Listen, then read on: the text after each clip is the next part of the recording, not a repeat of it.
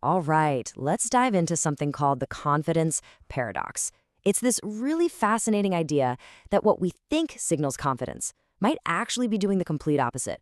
Some of those habits we all have could be sending a totally different message than we intend. So let me ask you this.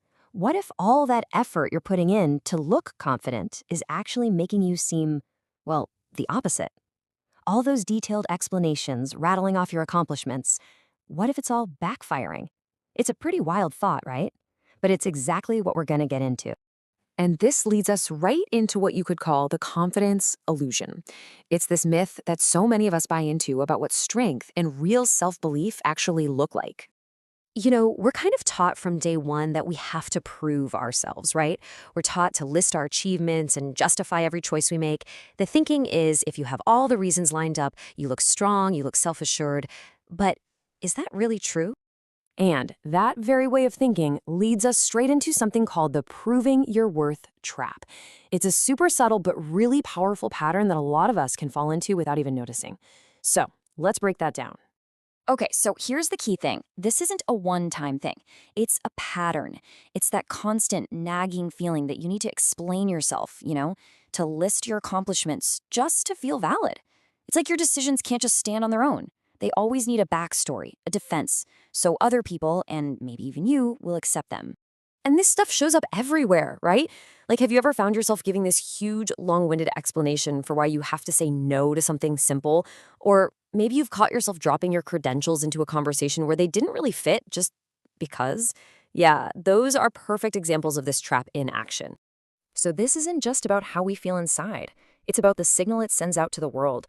And honestly, it's a huge signal of insecurity. And this is where we get back to that paradox we started with. The very act of trying so hard to prove you're confident, well, that's often the biggest sign that you aren't. It sounds backwards, I know, but think about it.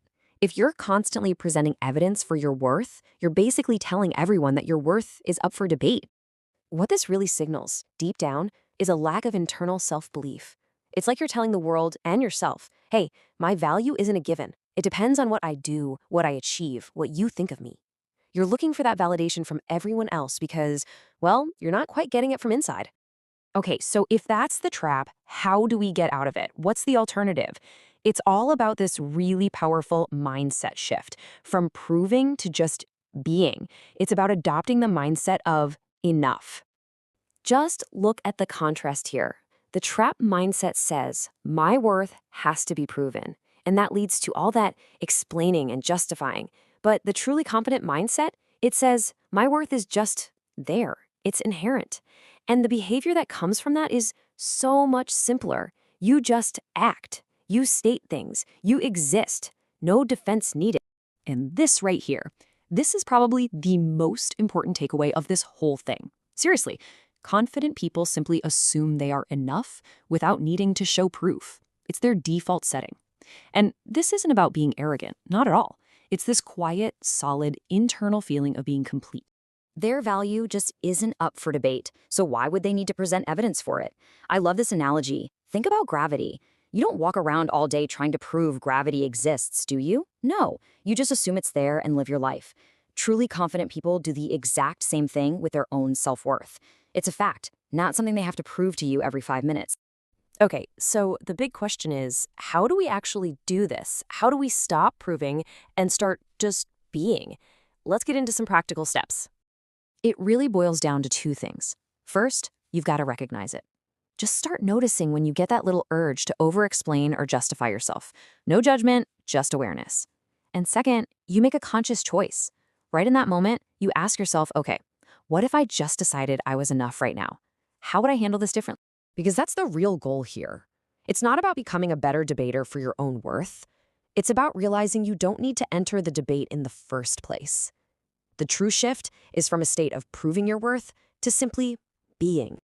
So I want to leave you with a little challenge. This week, just look for one small moment where you can practice this. Maybe it's saying no without a 5-paragraph essay explaining why, or sharing an idea without needing everyone in the room to validate it. Where can you let yourself be enough this week? Just try it. See how it feels.